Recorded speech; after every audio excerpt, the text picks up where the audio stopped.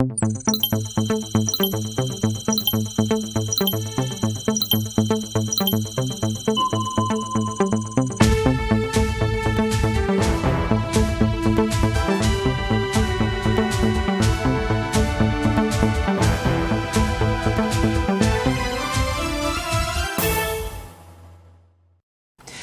Monsieur, bonjour, bienvenue à cette édition de la mi-journée. Au sommaire, 253 milliards de francs CFA mis à la disposition du Burkina pour la réalisation de 3 projets. La signature de convention s'est faite hier entre le ministre de l'économie, Lassane Kaboré, et Maïmouna Mboy, femme représentante résidente de la Banque mondiale. Zéphirin Diabré est bien à sa place à la tête du ministère en charge de la réconciliation nationale. La conclusion a été avancée par le Conseil d'information et de suivi des actions du gouvernement CISAG. Cependant, le Conseil précise que c'est un ministère sensible à ne pas prendre à la légère. Au Mali, le mouvement Yerewolo refuse la présence de l'armée française. Une manifestation prévue à cet effet par le mouvement a été interdite par les autorités maliennes. Pour débuter ce journal, nous parlons économie et sociale. Au Burkina Faso, la Banque mondiale vient de mettre à disposition 253 milliards de francs CFA pour la mise en œuvre de 3 projets en faveur du pays. Le partenariat a été scellé hier, 21 janvier, par la signature du ministre en charge de l'économie et celle de la représentante résidente de l'institution. Détail avec Fatimata Nikiema. La Banque mondiale vient ainsi de mettre à la disposition du Burkina Faso un montant global de 253 milliards de francs CFA pour le financement d'actions en faveur du développement économique et social. Cette somme regroupe 3 accords de financement constitués de dons et de crédits. Ce n'est pas plusieurs projets comme on a l'habitude de faire où la santé vient séparément, l'éducation, la protection sociale avec le ministère de la Femme, mais c'est toutes ces solutions-là, toutes ces activités-là vont venir ensemble avec également un appui au niveau sécuritaire pour permettre d'avoir un impact réel et visible et en un temps record. Le premier accord est relatif au financement de l'opération d'appui budgétaire d'urgence d'une valeur d'environ 194 milliards 254 millions de francs CFA. Le deuxième est consacré au projet d'urgence de développement territorial et de résilience à hauteur d'environ 55 milliards de francs CFA. Le troisième permettra le financement additionnel du projet de renforcement des services de santé à coût de 5 milliards 500 millions de francs CFA. Nous avons donné par exemple 110 hectares de bas-fonds, 60 hectares de périmètre pour les maraîchers. Nous avons des infrastructures socio-économiques qui seront construites. Nous avons 553, nous avons des salles polyvalentes, nous avons des appuis donc à un certain nombre d'infrastructures économiques et bien sûr la connectivité, le bitumage de certaines voies. Vous savez que Bagrépol constitue un point important. Nous allons bitumer 50 km de route pour permettre de dégager la production de Bagrépol vers les pays frontaliers, ainsi de suite. Donc c'est un projet holistique qui permet justement d'accompagner les efforts du gouvernement. À terme, cet appui budgétaire doit permettre, entre autres, l'amélioration de l'accès des communautés, y compris les déplacés internes, aux infrastructures et services sociaux. Il vise aussi à atténuer l'impact du choc du Covid-19 sur les vies et les moyens de subsistance. Joseph Ouedraogo est dorénavant le 3e adjoint au maire de la commune de Ouagadougou. Réuni ce 20 janvier pour sa toute première session ordinaire de l'année 2021, le conseil municipal a procédé à l'élection de ce dernier. Joseph Ouedraogo remplace ainsi Nathanaël Ouedraogo. Sanata Seri. Cette première session ordinaire du conseil municipal était seulement consacrée au choix du 3e adjoint au maire suite à la démission de l'ex-maire Nathanaël Ouedraogo de l'Union pour le progrès et le changement, UPC. Au départ, 4 candidats, c'est finalement le conseiller municipal de l'arrondissement d'Issa de la ville de Ouagadougou, Joseph Ouedraogo, qui a été élu 3e adjoint au maire de la commune. Je dirais tout simplement que moi je suis déjà depuis pratiquement 5 ans dans le train de la marche de la construction du développement en fait de notre commune. Pour moi, c'est aller encore accompagner le maire comme j'étais déjà dedans, l'accompagner à achever les chantiers que nous avons déjà entamé depuis. Autre sujet abordé lors de cette rencontre, la question de l'occupation anarchique des trottoirs, la délivrance des autorisations d'occupation délivrées par les maires d'arrondissement et l'implantation anarchique des panneaux de signalisation dans la ville de Ouagadougou. Nous allons mettre des panneaux de signalisation dans les grands carrefours de la ville de Ouagadougou, dans les arrondissements, pour enlever les petits panneaux que les gens implantent n'importe comment et qui ne respectent pas le code d'implantation des panneaux d'une part et rend difficile la circulation et la sécurité routière. Donc il y a un appel d'offres qui a été lancé pour la sélection des régies publicitaires qui vont se charger de la mise à disposition, l'installation et la maintenance et l'exploitation d'un réseau mobilier urbain de pré-enseigne dans la ville de Ouagadougou. La mise en œuvre implique l'arrêt de la délivrance des autorisations d'implanter les panneaux d'indication par les maires d'arrondissement et la dépose des panneaux existants. Pour l'élection du 3e adjoint au maire de la ville de Ouagadougou, l'Union pour le progrès et le changement s'est abstenue de présenter un candidat. Cette première session ordinaire de l'année 2020 du conseil municipal a réuni environ 195 conseillers municipaux. Le Conseil d'information et de suivi des actions du gouvernement CISAG a donné hier son appréciation sur le gouvernement d'Abiré II. Un accent tout particulier a été mis sur le ministère de la Réconciliation nationale et de la cohésion sociale, représenté par Zéphirin Diabré. Le CISAG approuve le choix de l'homme, mais émet quand même quelques inquiétudes quant à la lourde tâche que renferme cette mission. Tegawende Denise Zida. La question de la réconciliation nationale était au centre des échanges entre le Conseil d'information et de suivi des actions du gouvernement CISAG et les hommes de médias. Pour le premier responsable de cette structure, ce n'est pas la première fois que l'on parle de réconciliation nationale au Burkina Faso. C'est un sujet qui revient depuis le Forum de la réconciliation nationale en 1991, qui avait d'ailleurs été avorté. Aujourd'hui, le CISAG estime que cette énième tentative est juste une parade pour permettre le retour de l'ex-président du Faso, Blaise Compaoré, même s'il ne trouve aucun mal en cela. Le ministère de la Réconciliation nationale a été créé à dessein. Ça a été créé pour arranger le retour de l'ancien président Blaise Compaoré. Nous le disons et nous l'assumons. Alors, maintenant, nous, ça ne nous pose pas de problème. Ça ne nous pose pas de problème. Nous sommes tout à fait d'accord que, en fait, le président Blaise Compaoré, qui a fait 27 ans de pouvoir au Burkina Faso, soit pris par certaines personnes comme un diable. Non. Il a fait beaucoup de choses pour son pays. Même s'il y a eu en fait des imperfections, même s'il y a des choses qu'on peut lui reprocher, autant de choses qu'on peut lui reprocher, autant de choses aussi qu'on peut mettre à son actif. Néanmoins, le CISAG estime que la nomination de Zéphirin Diabré au poste de ministre en charge de cette réconciliation nationale est un choix judicieux. L'homme ayant travaillé avec le MPP en 2015 lors de l'insurrection populaire et avec le CDP durant les 5 dernières années est selon la structure un homme de consensus. Il n'est pas la personne la mal placée pour occuper en fait ses portefeuilles. D'abord, c'est le même Zéphirin Diabré qui a été opposant avec le MPP pour que le MPP puisse venir au pouvoir. C'est le même Zéphirin Diabré qui a travaillé avec le CDP pendant les 5 ans des règnes du MPP. Donc c'est pour dire que c'est un monsieur de consensus pour nous. Et en ce qui concerne l'élection du président de l'Assemblée nationale, le CISAG affirme que l'opposition n'a pas joué son rôle en ne présentant pas de candidat, mais a tout simplement voulu monnayer sa voix lors du vote. L'opposition n'a pas joué son rôle. Et c'est là où nous sommes vraiment déçus.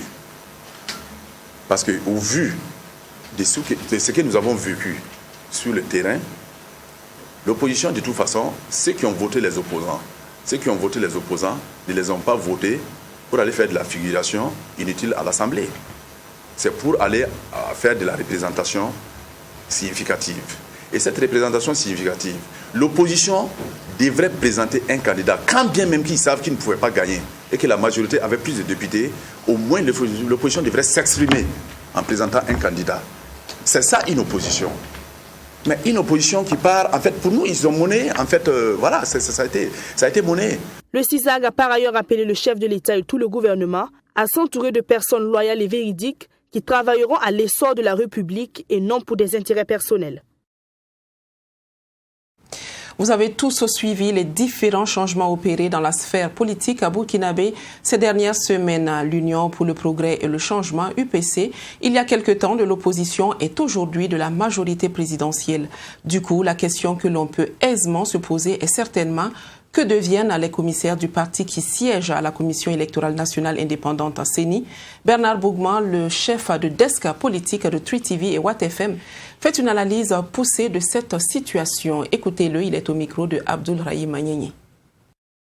Les deux commissaires de la CENI qui sont pour le compte de l'Union pour le progrès et le changement UPC doivent démissionner selon Bernard Bougma. La raison est toute simple. Le parti n'est plus membre de l'opposition politique. Par ricochet, ces commissaires doivent laisser la place au parti de l'opposition au risque de tomber dans l'illégalité en cas de délibération de la commission. L'UPC y siège avec d'ailleurs deux commissaires, Maître Gitanga et le vice-président, M. Kéré, qui est UPC. Donc effectivement, ça peut poser un problème sur le plan de la légitimité et même de la légalité, parce que leur parti ne relève plus de l'opposition, mais relève de la majorité. À partir de ce moment, la conséquence, c'est que ces messieurs doivent tout simplement rendre leur poste pour permettre à l'opposition actuelle, composée d'autres partis politiques, de désigner valablement des représentants qui vont siéger au nom de l'opposition. Sinon, s'il y a une session de la CENI, ça peut prêter naturellement à confusion. La CENI est composée de l'opposition, de la majorité et de la société civile, à raison de 5 commissaires par entité. Dès lors qu'il y a 2 qui vont de l'autre côté, ça veut dire qu'ils deviennent 7. Et l'autre devient moins 3. Donc, ce n'est pas possible. Bernard Bougma estime par ailleurs qu'il n'y a pas lieu de s'inquiéter. Pour lui, tout sera régularisé avant les élections municipales prochaines. Ils attendent certainement que le président de l'Assemblée nationale prenne un arrêté pour consacrer officiellement la prise en main de Edi Kombouego comme chef de file de l'opposition politique burkinabé pour les 5 ans à venir, sauf s'il y a changement à un moment donné. Et à partir de ce moment, les commissaires pourront démissionner naturellement. Parce qu'aujourd'hui, s'il y a une session, ces 2 commissaires, est-ce qu'ils vont y aller? Aussi, parler au nom de qui? De l'opposition ou de la majorité? Non. C'est sûr qu'ils vont être changés avant les municipales parce que ça ne va répondre à aucune logique. Parlant des élections municipales prochaines, l'analyste politique soutient que les conditions sont réunies pour qu'elles se tiennent à bonne date.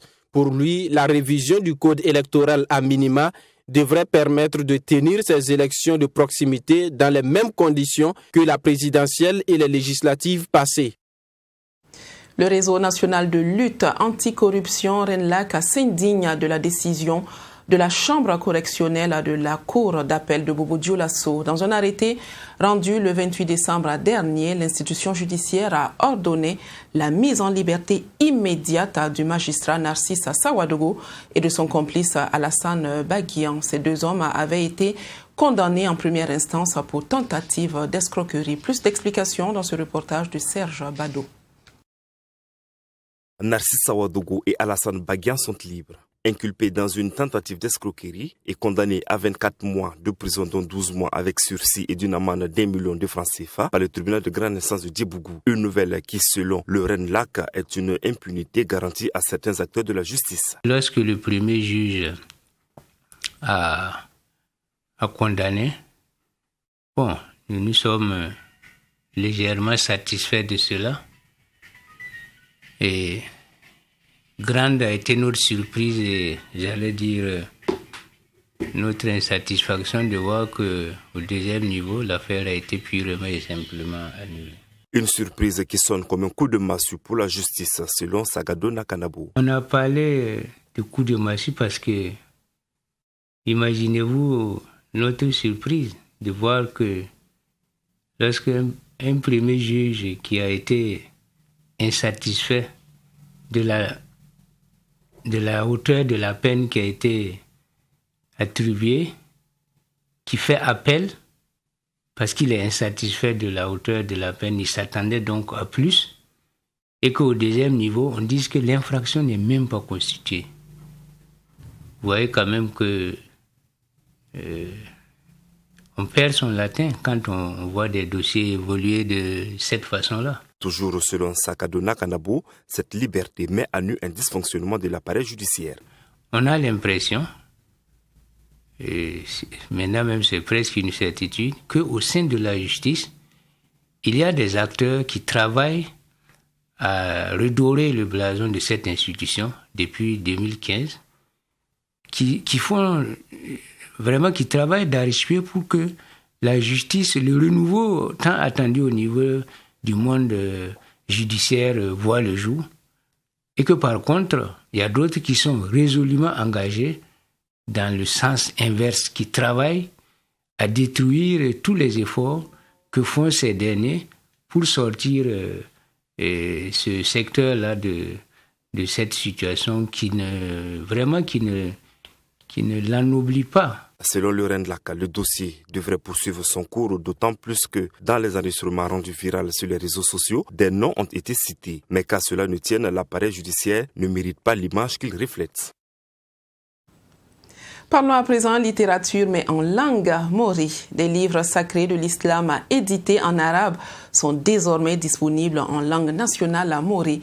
Le mérite revient à l'association Yamawekre en collaboration avec la fondation Erat, qui est une organisation turque engagée dans l'éducation à travers la promotion des langues locales.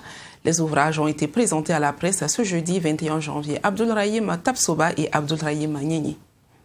Faciliter la compréhension de la religion musulmane à travers la langue nationale, c'est l'objectif que s'est fixé l'association Yamawekre, qui a traduit des documents arabes en langue maori. Il s'agit des documents qui traitent des principes de l'islam pour permettre aux musulmans de connaître le sens des paroles prononcées habituellement en arabe. En arabe qu'on apprend la religion. Voilà, alors que nous savons que Burkina Faso ici, ceux là qui parlent langue arabe là, ils ne sont pas nombreux. Donc ça qui fait que on a eu l'idée maintenant de traduire ces documents là en maori. Là, c'est pour faciliter maintenant la compréhension. On a déjà traduit 5 documents. Premièrement, c'est Al-Akhdari. Akhdari, c'est jurisprudence. Voilà, et en plus aussi c'est biographie des prophètes. Et troisièmement, c'est les 40 hadiths des prophètes. Et quatrièmement, maintenant, c'est les petites paroles. Voilà, et les petites paroles, là, c'est un document qui parle de comment renforcer même la foi à travers l'écriture. Voilà, et cinquièmement, maintenant, c'est les récits de lumière. Bon, c'est les récits, voilà, pour renforcer même la mentalité, surtout les enfants. Le prochain défi pour l'association est de traduire le Coran en maori et aussi en d'autres langues parlées au Burkina Faso. Et l'association Yamawekre se veut claire. La traduction des livres islamiques ne signifie pas que les fidèles peuvent prier dans les langues locales. En islam, quand on parle de la prière, lors de la prière, tout ce qui fait là-bas, ça doit être en arabe. Voilà. Maintenant, la traduction, c'est pour comprendre. Quand tu pries maintenant, tu dis quoi? Voilà. Par exemple, quand quelqu'un lit Surat al-Fatiha, voilà, même si tu ne comprends pas arabe, pour bien prier, il faut que tu apprennes ça en langue arabe.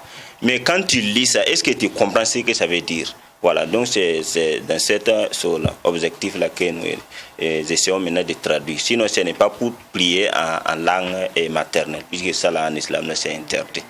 L'association Yamawekre a été créée en 2015. Son objectif est de promouvoir la langue nationale maori. Elle se veut aussi un cadre de formation des fidèles musulmans en rendant plus accessibles les enseignements de l'islam. En Côte d'Ivoire, l'éducation des élèves est une priorité pour le maire du Plateau et son conseil municipal. Ensemble, ils ont joint l'acte à la parole pour soutenir des parents d'élèves en difficulté. Ce soutien s'est traduit ce mercredi par des bourses d'études, des outils scolaires et des aides financières. Retour sur cette cérémonie de don avec Nyamba Kabri. 30 millions de francs CFA, c'est le montant total qui fait l'objet de cette cérémonie du jour dans la commune du Plateau.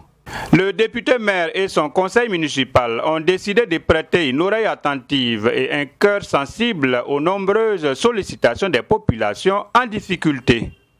Cette année, contrairement à l'édition précédente, qui avait mobilisé un budget de 19 millions, ce sont 30 millions de nos francs que M. le maire et son conseil municipal mettent à la disposition des populations avec pour consigne d'intégrer systématiquement les veuves qui ont en charge des orphelins, de même que des familles socialement défavorisées. Il faut dire que notre action d'aujourd'hui s'inscrit dans notre vision. la vision développement éco-citoyen, où nous voyons citoyen, qui veut dire que notre objectif, c'est de faire de telle sorte que nos populations, que nos jeunes font partie justement de cette catégorie sociale importante pour le plateau et pour la Côte d'Ivoire. Il était important qu'on puisse agir, aider, soutenir, accompagner. Vous avez entendu tout à l'heure que les demandes étaient à peu près de 60 millions. Nous avons donc décidé avec le conseil municipal pour cette année, c'est-à-dire pour 2021, d'encore d'augmenter cette participation à 50 millions. Ce sont des bourses d'études, des outils didactiques et des aides financières qui ont été distribuées aux élèves, aux étudiants et aux parents d'élèves, notamment les veuves, les indigents et les malades. Ces différents dons ont été crédités directement sur des cartes bancaires prépayées d'une entreprise de la place qui promet être au bon petit soin des bénéficiaires. Nous sommes heureux et fiers de participer à cette initiative de la mairie du Plateau parce qu'elle est totalement en phase avec notre vision d'entreprise citoyenne d'une part et d'entreprise innovante de l'autre. Pour les bénéficiaires, cela vient à point nommé. Je viens de recevoir une bourse de 500 000 francs de la part de la mairie du Plateau. Je suis très heureuse et je remercie le maire, M. Hérault Jacques Gabriel, pour son geste. Elle va m'aider à payer mes études. Comme je l'ai dit, je suis étudiante en droit. Je suis étudiante en licence 1 de la communication visuelle. Franchement, je suis très contente d'avoir reçu un ordinateur parce que j'avais besoin de ça. Donc je dis merci à M. le maire et tout son conseil. C'est donc comme l'ange Gabriel que le maire Jacques Gabriel et son conseil municipal se présentent devant ses bénéficiaires tout heureux qui ne cachent pas leur joie d'être des habitants du plateau. Et après la Côte d'Ivoire, le Mali, où certaines organisations de la société civile, sous l'égide du mouvement Yereolo, ont tenté d'organiser un grand meeting. L'objectif a été de dénoncer la présence militaire française sur les lieux. Cependant, le rassemblement n'a pas été autorisé par les autorités maliennes. Boureima Soulou. C'est en ce jour anniversaire du départ du dernier soldat français du sol malien que certaines organisations de la société civile ont voulu organiser un grand rassemblement pour dire non à la présence militaire française au Mali et l'interdiction de la manifestation par les autorités et la présence des forces de l'ordre ne l'ont pas empêché. Pour Magassa Kamata Wali, manifestante, la France doit prouver l'utilité de sa présence au Mali. La France est là. Nous, la population ne sent pas que la France est là. Et puis, le système français, ce n'est pas compatible avec notre communauté. Vraiment. Si la France veut coopérer avec nous, qu'il change de système. Sinon, qu'il dégage. Des gaz lacrymogènes utilisés pour disperser les manifestants. Selon Traoré Drissa, un autre manifestant, les raisons d'état d'urgence avancées par l'État ne sont pas suffisantes pour réprimer ces meetings. C'est regrettable parce qu'il y a eu des regroupements à l'aéroport que les forces de l'ordre du Mali n'ont pas déguerpi. Donc ils parlent d'état d'urgence. Les populations qui étaient là, les braves femmes et les braves hommes qui étaient là, ils étaient pacifiques. On voulait dénoncer ce qui est dénonçable. Et subitement, on a senti qu'ils sont venus nous déguerpir avec des gaz lacrymogènes. C'est regrettable. Ces meetings visent à soutenir l'armée malienne qui est capable aujourd'hui de sécuriser le pays, explique Moriba Diakité, l'un des organisateurs. Si l'armée malienne n'est pas capable, est-ce que l'armée française est capable? Ils sont là depuis combien de temps? Si nous on n'est pas capable, c'est qu'eux aussi ils ne sont pas capables. Si tu as su que moi je ne suis pas capable, c'est pourquoi tu es là. Tu es venu parce que je suis incapable, mais tu n'as pas pu résoudre. On va te laisser comme ça. L'armée malienne est capable. Ils sont capables, mais l'armée malienne c'est nous d'abord, le peuple. C'est nous le peuple. Ce n'est pas ces militaires qui portent les armes. Nos dirigeants ne peuvent pas combattre la France. Notre armée ne peut pas combattre la France. C'est le peuple qui peut combattre la France. C'est pour cela que nous sommes là. Ce n'est pas la première fois que ces organisations de la société civile exigent le départ des forces françaises du Mali. Et nous terminons notre tournée internationale avec les États-Unis. Joe Biden revient très rapidement sur les mesures phares de Donald Trump. Entre autres, notons les engagements climatiques de l'accord de Paris, la réintégration de l'OMS. C'est par toute une série de décrets que le nouveau locataire de la Maison-Blanche a demandé aux agences de revoir et d'annuler plus de 100 mesures prises par son prédécesseur. La troisième tentative aura été la bonne. Joseph Biden a enfin les clés de la Maison-Blanche et il n'y a pas de temps à perdre pour le 46e président des États-Unis. Comme il l'avait promis, il s'est mis au travail. Dans les heures qui ont suivi son investiture, il a signé une quinzaine de décrets qui démantèlent l'héritage de l'ère Trump en inversant le cours des choses sur l'immigration, l'équité raciale, la gestion de la pandémie du Covid-19, la participation des États-Unis à l'OMS et le changement climatique. Je cite, que nous allons combattre comme nous ne l'avons jamais fait. Le troisième décret que je vais signer sous vos yeux, dit-il, est l'engagement que j'ai pris de rejoindre l'accord de Paris sur le climat à partir d'aujourd'hui. Le ton a été donné, la rupture symboliquement consommée avec son prédécesseur par le discours d'investiture grave mais plein d'espoir de Joe Biden. En ce jour de janvier, toute mon âme est tournée vers ceci, rassembler l'Amérique, unir notre peuple, unir notre nation. Et je demande à chaque Américain de se joindre à moi dans cette cause. Voici donc mon message à ceux qui se trouvent au-delà de nos frontières. L'Amérique a été mise à l'épreuve et nous en sommes sortis plus forts. Nous allons réparer nos alliances et nous engager à nouveau avec le monde. S'engager, réparer, mais pas seul. À ses côtés se tient la vice-présidente Kamala Harris. C'est la première fois qu'une femme occupe ce poste à la tête de la première puissance mondiale. L'ex-sénatrice noire et d'origine indienne Kamala Harris, 56 ans, a prêté serment juste avant Joe Biden. So help me God. So help me God.